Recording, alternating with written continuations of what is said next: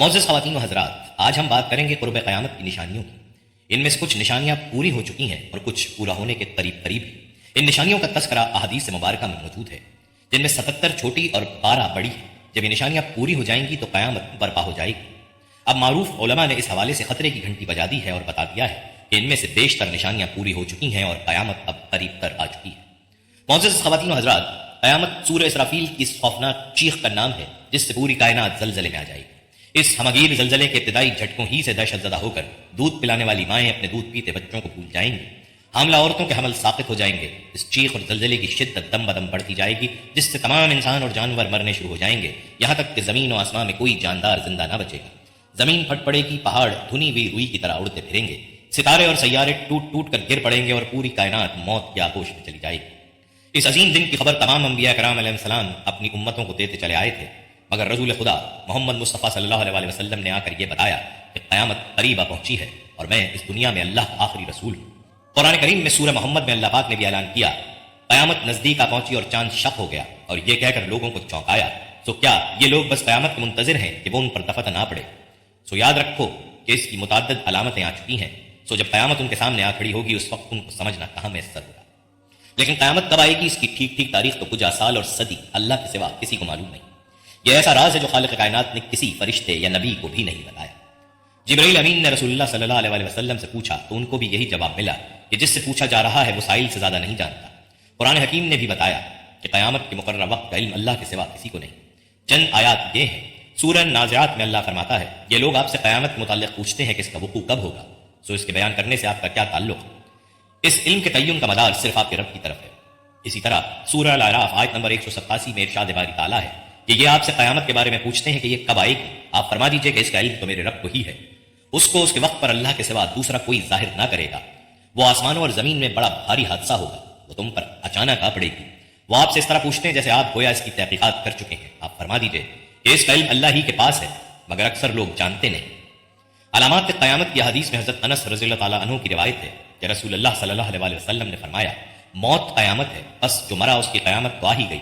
دوستو، حدیث صحیح مسلم میں ہے، حضرت جابر رضی اللہ تعالیٰ عنہ فرماتے ہیں کہ میں نے رسول اللہ صلی اللہ علیہ وسلم کو یہ فرماتے ہوئے سنا ہے کہ میری امت میں ایک جماعت یوم قیامت تک سربلندی کے ساتھ حق کے لیے برسر پیکار رہے گی۔ اس سے معلوم ہوتا ہے کہ مومنین کی ایک ایسی جماعت یوم قیامت تک زندہ رہے گی۔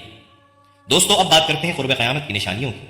پہلی علامات صغریٰ ہیں جو 2 قسم کی ہیں۔ پہلی علامات بعیدہ ہیں، یہ وہ نشانیاں ہیں جو ظاہر ہو چکی ہیں، مثلا پیغمبر اسلام کی بعثت اور پھر آپ کی وفات، چاند کے 2 ٹکڑے ہونا، اور اسی طرح عہد صحابہ کے آخر میں مدینے سے ایک بڑی آگ کا نکلنا جس سے بصرہ کے اونٹ نظر آنے لگے۔ ان علامات کو علامات صغریٰ کہا جاتا ہے کیونکہ قیامت کی آمد ان کے زمانہ وقوع کے بہت بعد میں ہو۔ دوسری علامات متوسطہ، یہ وہ علامات ہیں جو ظاہر ہوئیں لیکن اب تک ختم نہیں ہوئیں بلکہ جاری ہیں اور مزید بڑھتی اور زیادہ ہوتی جا رہی ہیں، انہیں بھی علامات صغریٰ کہا جاتا ہے۔ ان کی تعداد بہت ہے، جن میں کچھ یہ ہیں: باندی کا آقا جننا، کم حیثیت اور چرواہوں دیہاتیوں کا اونچی عمارتیں بنوانا، 30 دجال اور چھوٹے مدعیان نبوت کا نکلنا وغیرہ۔ دوسری قسم علامات کبریٰ ہیں، یہ وہ علامات ہیں جن کے ظاہر ہونے کے بعد قیامت واقع ہو جائے گی۔ یہ 10 علامات ہیں۔ حذیفہ بن یمان فرماتے ہیں کہ ہم لوگ آپس میں مذاکرہ کر رہے تھے کہ اللہ کے نبی تشریف لائے۔ پوچھا کیا باتیں چل رہی ہیں؟ کہا گیا کہ قیامت کا تذکرہ ہو رہا ہے۔ اللہ کے نبی نے فرمایا قیامت اس وقت تک نہیں آئے گی جب تک 10 نشانیاں نہ دیکھ لی جائیں، پھر انہیں شمار کروایا۔ ان 10 نشانیوں کے بارے میں بھی آپ کو تفصیل سے بتایا جائے گا۔ پہلے علامات صغریٰ کا تذکرہ کرتے ہیں جن میں سے اکثر پوری ہو چکی ہیں۔ دوستو، علماء کی طرف سے بتائی گئی ان پوری ہو جانے والی نشانیوں میں کرونا وائرس کی وبا، ٹیکنالوجی کا عروج اور ایلن مسک کا اسپیس ایکس مشن کے تحت انسان کو کامیابی سے خلا میں پہنچانا اور دیگر شامل ہیں۔ سعودی عرب اور ایران کے علماء نے کرونا وائرس کے متعلق خبردار کرتے ہوئے کہا، یہ قیامت کی نشانیوں میں سے ایک ہے۔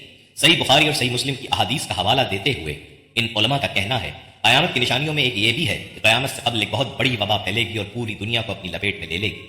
ممکنہ طور پر کرونا وائرس وہی وبا ہو سکتی ہے، بلکہ ایک عالم نے حتمی طور پر کہا ہے بڑی وبا امام مہدی کے ظہور سے پہلے آئے گی۔ چنانچہ اگر کرونا وائرس ہی وہ وبا ہوئی تو امام مہدی کا ظہور قریب تر آ چکا ہے، جس کے کچھ عرصے بعد قیامت برپا ہو جائے گی۔ علماء کرام قیامت کی یہ بھی نشانی بیان کرتے ہیں کہ قیامت سے قبل ایسا زمانہ آ جائے گا کہ وقت بہت تیزی سے گزرے گا۔ چنانچہ علماء کا کہنا ہے یہ نشانی بھی پوری ہو چکی ہے۔ انٹرنیٹ اور سوشل میڈیا آنے کے بعد سے دنیا اس قدر باہم مربوط اور منسلک ہو گئی ہے کہ کسی کو وقت کا احساس ہی نہیں رہتا، اور ایسا لگتا ہے کہ وقت پر لگا کر اڑ رہا ہے۔ اس نشانی کے متعلق حدیث پر اپنی رائے دیتے ہوئے عالم دین شیخ ابن باز نے کہا ہے، ایک وقت تھا کہ خط ڈاک کے ذریعے بھیجے جاتے تھے اور دوسرے شخص تک پہنچنے میں ہفتے اور مہینے لگتے تھے۔ اس سے پہلے مواصلات کے ذریعے اس سے بھی سست تھے، لیکن آنے واحد میں پیغامات دنیا کے ایک کونے سے دوسرے کونے تک پہنچ رہے ہیں۔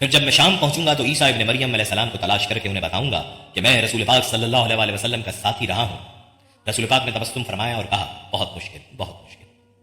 دوستو، قیامت کی علامت کبریٰ میں سب سے پہلی علامت حضرت امام مہدی کا ظہور ہے۔ احادیث مبارکہ میں حضرت امام مہدی کا ذکر بڑی تفصیل سے آیا ہے کہ حضرت مہدی حضرت سیدہ فاطمہ الزہرا کے اولاد سے ہوں گے، نام محمد، والد گرامی کا نام عبداللہ ہوگا۔ حضرت صلی اللہ علیہ وآلہ وسلم سے بہت مشابہت ہوگی، پہلے ان کی حکومت عرب میں ہوگی، پھر ساری دنیا میں پھیل جائے گی، 7 سال حکومت کریں گے۔ امام مہدی مدینہ منورہ میں پیدا ہوں گے۔ آخری زمانے میں جب مسلمان ہر طرف سے مغلوب ہو جائیں گے، مسلسل جنگیں ہوں گی، شام میں بھی عیسائیوں کی حکومت قائم ہو جائے گی، ہر جگہ کفار کے مظالم بڑھ جائیں گے، عرب میں بھی مسلمانوں کی باقاعدہ پرشوکت حکومت نہیں رہے گی، خیبر کے قریب تک عیسائی پہنچ جائیں گے اور اس جگہ تک ان کی حکومت قائم ہو جائے گی۔ بچے کچے مسلمان مدینہ منورہ پہنچ جائیں گے، اس وقت حضرت امام مہدی مدینہ منورہ میں ہوں گے۔ لوگوں کے دل میں یہ داعیہ پیدا ہوگا کہ اب امام مہدی کو تلاش کرنا چاہیے، ان کے ہاتھ پر بیٹھ کر کے ان کو امام بنا لینا چاہیے۔ اس زمانے کے نیک لوگ، اولیاء اللہ اور ابدال، سبھی امام مہدی کی تلاش میں ہوں گے۔ بعض جھوٹے مہدی بھی پیدا ہو جائیں گے۔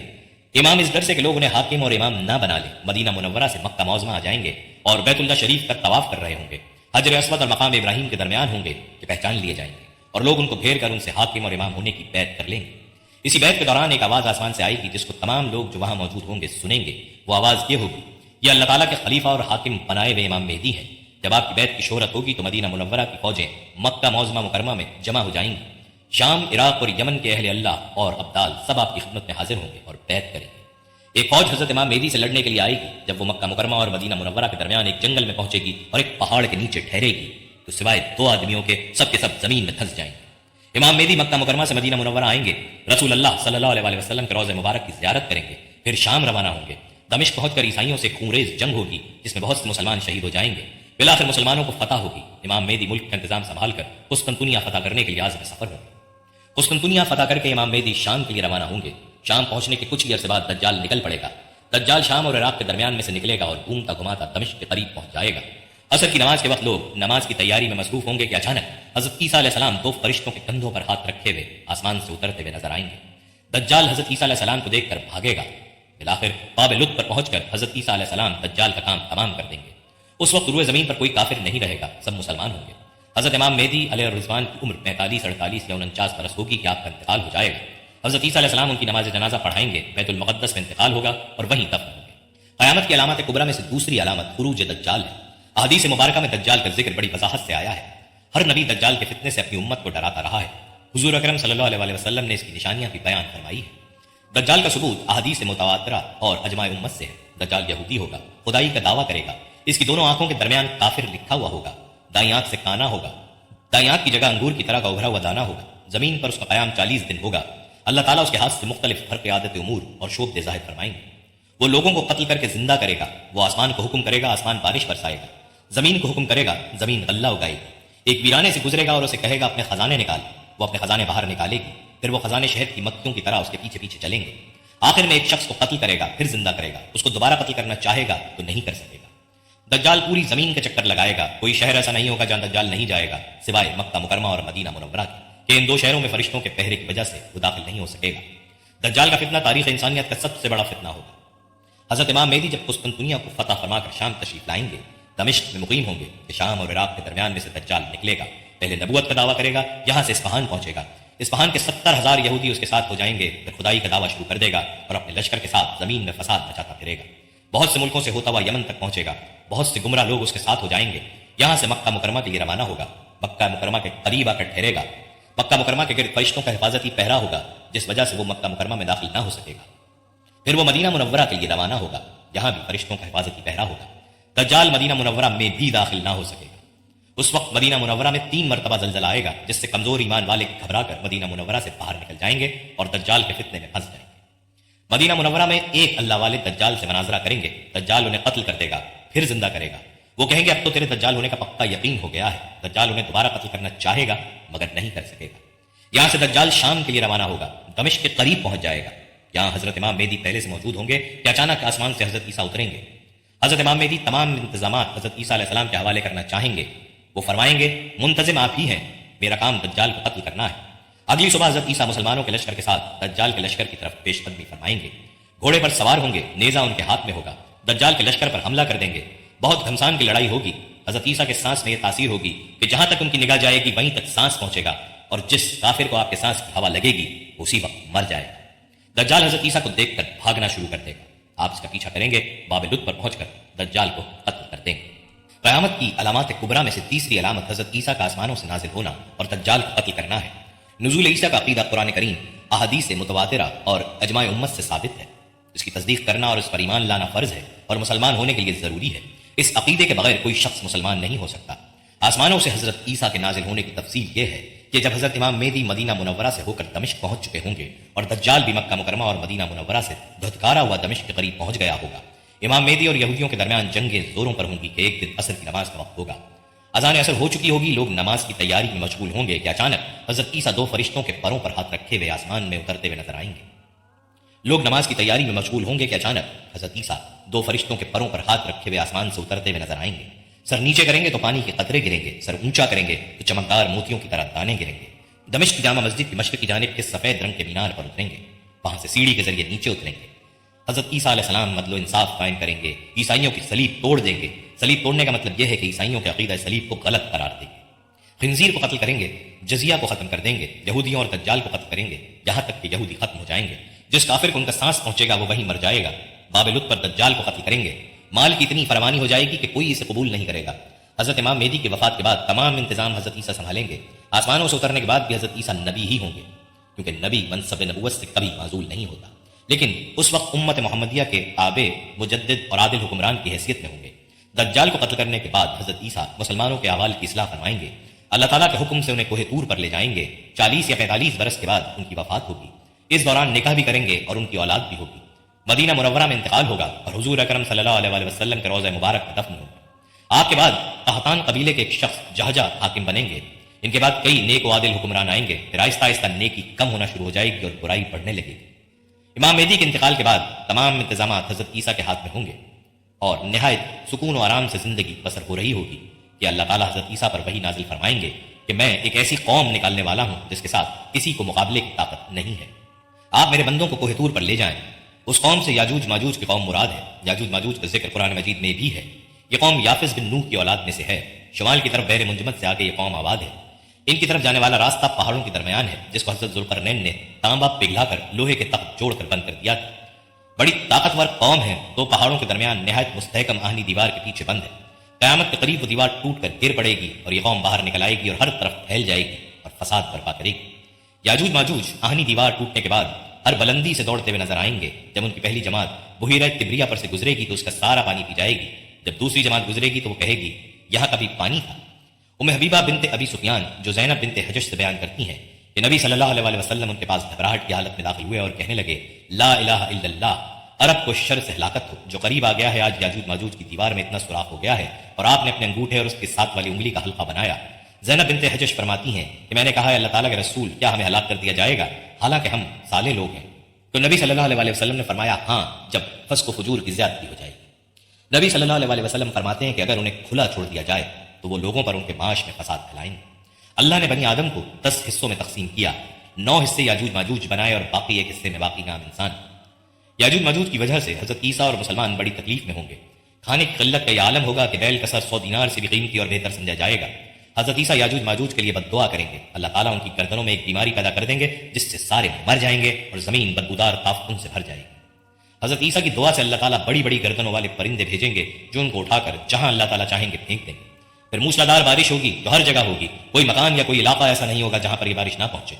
وہ بارش پوری زمین دھو کر صاف و شفاف کر دے گی اور بدبو ختم ہو جائے گی۔ اس کا تذکرہ ترمذی شریف میں ان الفاظ میں کیا گیا ہے، بس اللہ کے نبی عیسیٰ بن مریم اور ان کے رفقا اللہ تعالیٰ کی بارگاہ میں دعا کریں اور اللہ تعالیٰ یاجوج ماجوج کی گردنوں میں کیڑا پیدا کر دے گا جس سے وہ ایک آن میں ہلاک ہو جائیں گے۔ پھر عیسیٰ اور ان کے رفقا کوہ طور سے زمین پر اتریں گے تو ایک بالش زمین بھی خالی نہیں ملے گی جو ان کی لاشوں اور بدبو سے بھری ہوئی نہ ہو۔ تب عیسیٰ اور ان کے رفقا اللہ سے دعا کریں گے، تب اللہ تعالیٰ بختی اونٹوں کی گردنوں کے مثل پرندے بھیجے گا جو ان کی لاشوں کو اٹھا کر جہاں اللہ کو منظور ہوگا پھینک دیں۔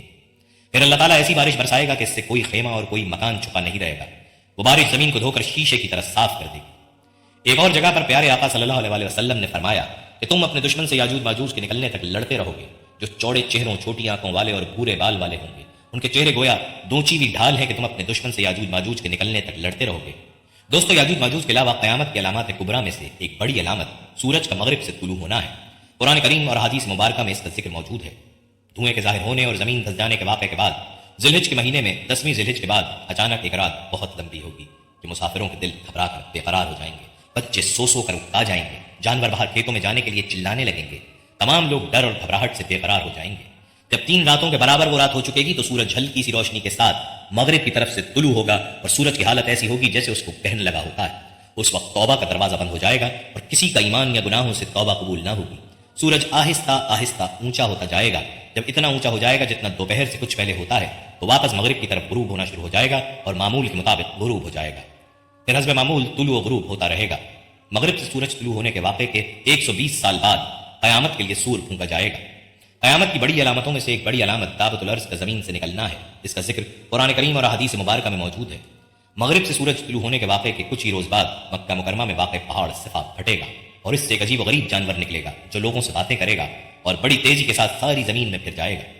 اس کے پاس حضرت سلیمان علیہ السلام کی انگوٹھی اور حضرت موسیٰ علیہ السلام کا عصا ہوگا۔ ایمان والوں کی پیشانی پر حضرت موسیٰ کے عصا سے ایک نورانی لکیر کھینچ دے گا جس سے ان کا سارا چہرہ روشن ہو جائے گا، اور کافروں کی ناک یا گردن پر حضرت سلیمان کی انگوٹھی سے سیاہ مہر لگا دے گا جس سے اس کا سارا چہرہ میلا ہو جائے گا۔